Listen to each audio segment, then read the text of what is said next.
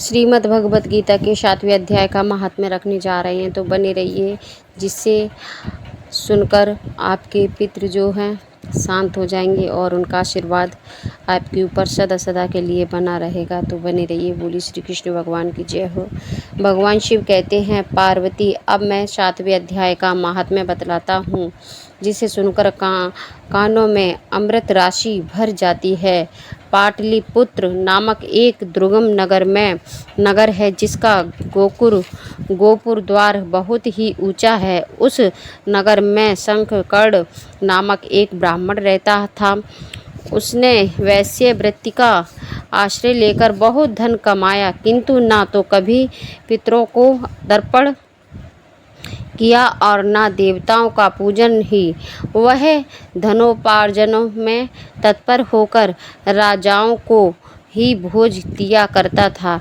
एक समय की बात है, उस ब्राह्मण ने अपना चौथा विवाह करने के लिए पुत्रों और बंधुओं के साथ यात्रा की।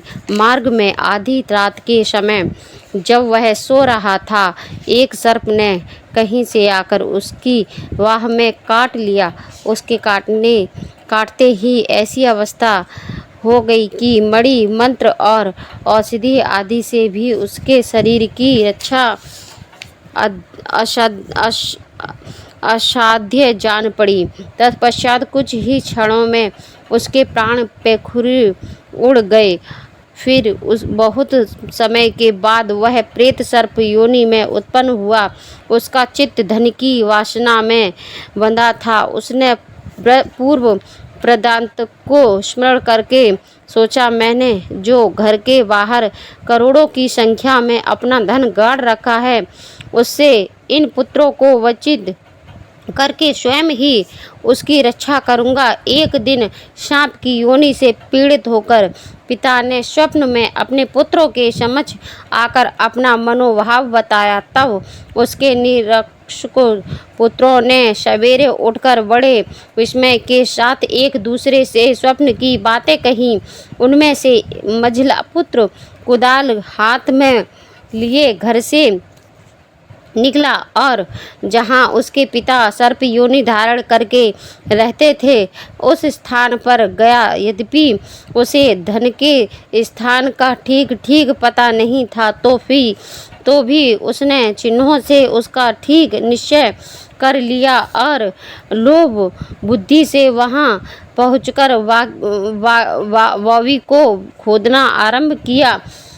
तब उस वावी से बड़ा भयानक सांप प्रकट हुआ और बोला, ओ मूढ़, तू कौन है? किस लिए आया है? क्यों बिल खोद रहा है? अथवा किसने तुझे भेजा है? ये सारी बातें मेरे सामने बता। पुत्र बोला, मैं आपका पुत्र हूँ, मेरा नाम शिव है। मैं रात्रि में देखे हुए स्वप्न से विस्मित होकर यहाँ का सुवर्ण लेने के कौतूहल से आया हूँ।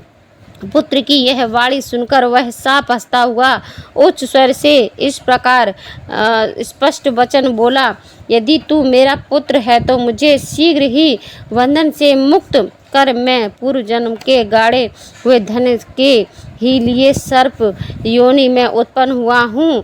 पुत्र ने पूछा, पिताजी, आपकी मुक्ति कैसे होगी? उसका उपाय मुझे बताइए, क्योंकि मैं इस रात में सब लोगों को छोड़कर आपके पास आया हूँ। पिता ने कहा, बेटा, गीता के अमृतमय 7वें अध्याय को छोड़कर मुझे मुक्त करने में तीर्थ, दान, तप और यज्ञ भी सर्वथा समर्थ नहीं है। केवल गीता का 7वां अध्याय ही प्राणियों के जरा, मृत्यु आदि दुखों को दूर करने वाला है। पुत्र, मेरे श्राद्ध के दिन 7वें अध्याय का पाठ करने ब्राह्मणों को श्रद्धापूर्वक भोजन कराओ। इसके निसंदेह मेरी मुक्ति हो जाएगी। वत्स, अपनी शक्ति के अनुसार पूर्ण श्रद्धा के साथ वेद विधा में प्रवीण अन्य ब्राह्मणों को भी भोज कराना। सर्प योनियों में पड़े हुए पिता के ये वचन सुनकर सभी पुत्रों ने उसकी आज्ञा के अनुसार तथा उससे भी अधिक किया। तब शंखकर्ण ने अपने सर्प शरीर को त्याग कर दिव्य देह धारण किया और सारा धन पुत्रों के अधीन कर दिया। पिता ने करोड़ों की संख्या में जो धन बांट कर दिया था उससे वे सदाचारी पुत्र और बहुत प्रसन्न हुए। उनकी बुद्धि धर्म में लगी हुई थी, इसलिए उन्होंने बावली, कुआं, पोखरा, यज्ञ तथा देव मंदिर के लिए उस धन का उपयोग किया और अत्रशाला भी बनवाई। तत्पश्चात 7वें अध्याय का सदा जप करते हुए उन्होंने मोक्ष प्राप्त किया। पार्वती, यह मानव सब पातकों से मुक्त हो जाता है। बोलिए श्री कृष्ण भगवान की जय हो।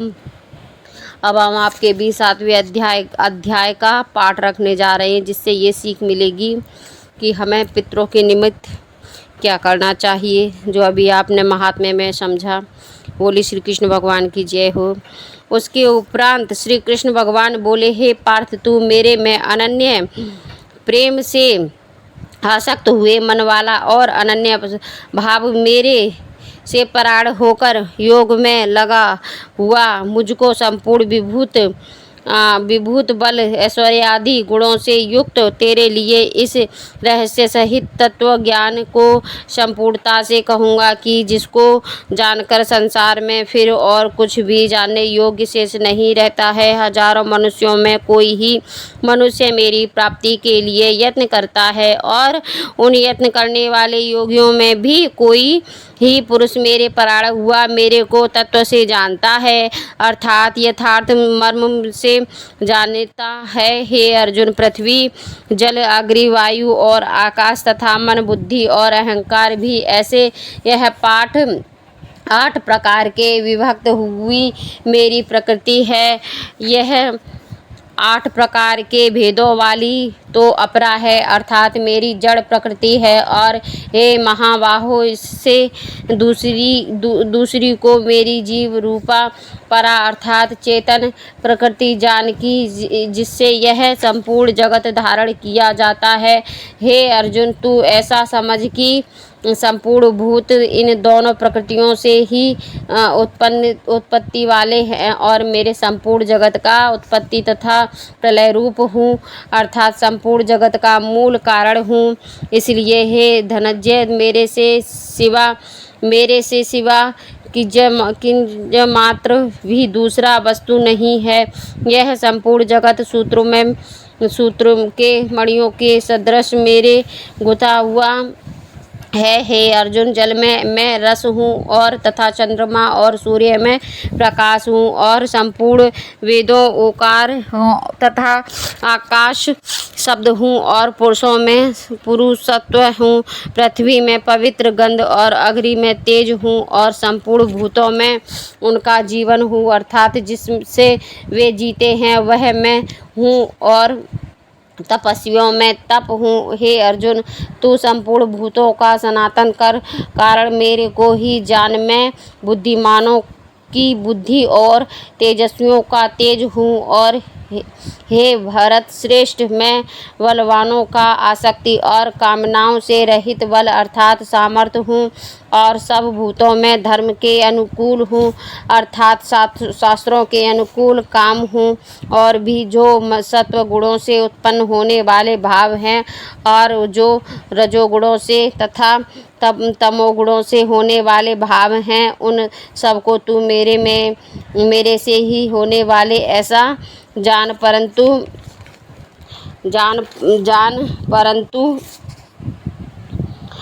वास्तव में उनमें मैं और वे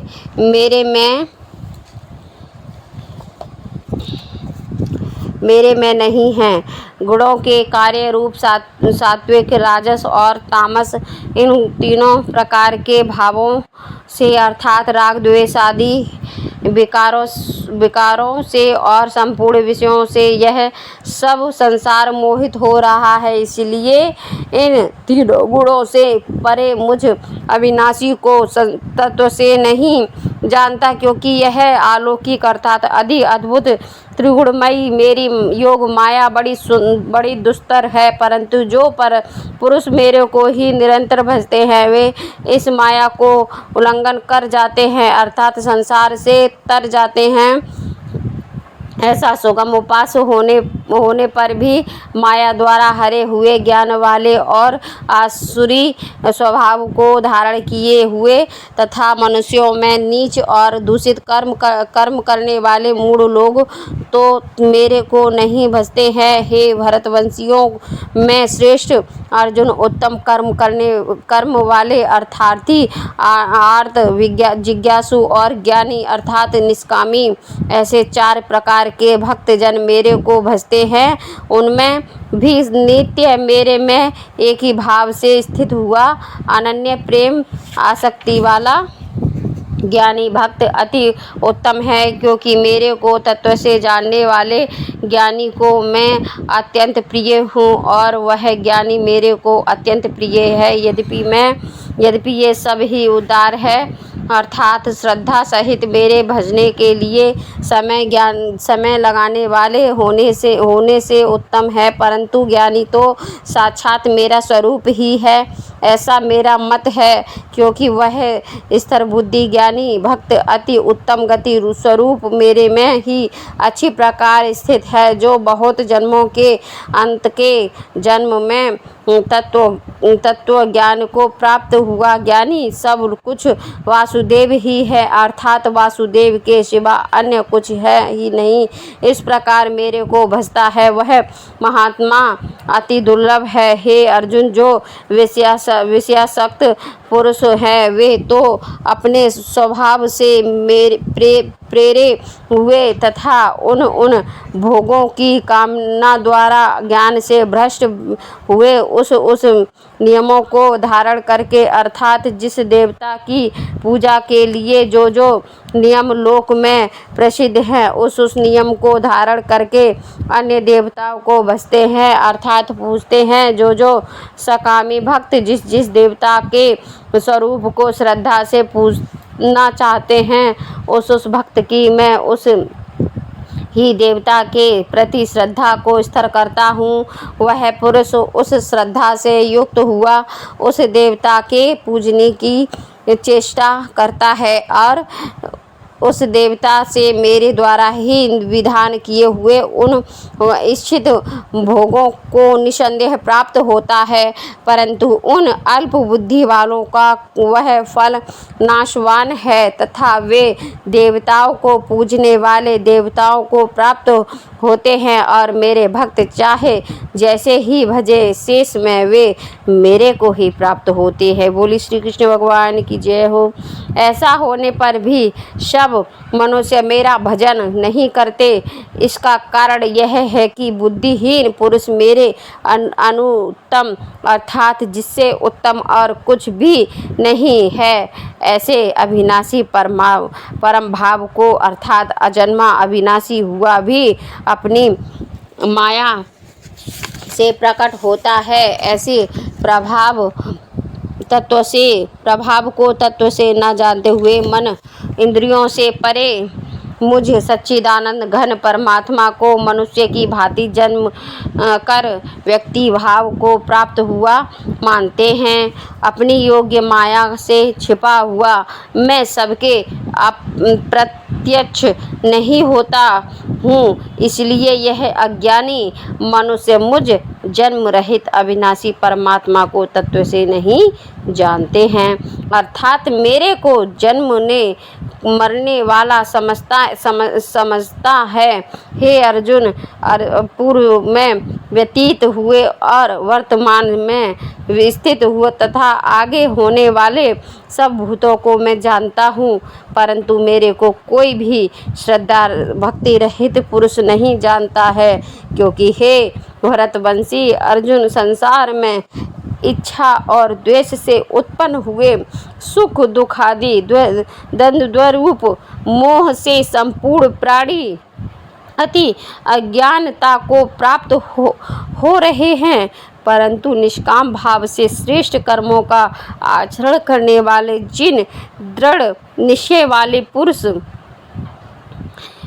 करने वाले पुरुष मेरे को सब प्रकार से भजते हैं, जो मेरे शरण होकर जरा और मरण से छूटने के लिए यत्न करते हैं, वे पुरुष उस ब्राह्मण को तथा संपूर्ण अध्यात्मकों और संपूर्ण कर्म को जानते हैं। जो पुरुष अधिभूत और अधिदेव के सहित तथा अधियज्ञ के सहित तथा सबका आत्मरूप मेरे को जानते हैं, अर्थात जैसे भाप, बादल, धूम, पानी और आदि सब कुछ वासुदेव स्वरूप है, ऐसे जो जानते हैं वे युक्ति चिंत वाले पुरुष अंत काल में भी मुझको ही जानते हैं, अर्थात प्राप्त होते हैं। बोलिए श्री कृष्ण भगवान की जय हो।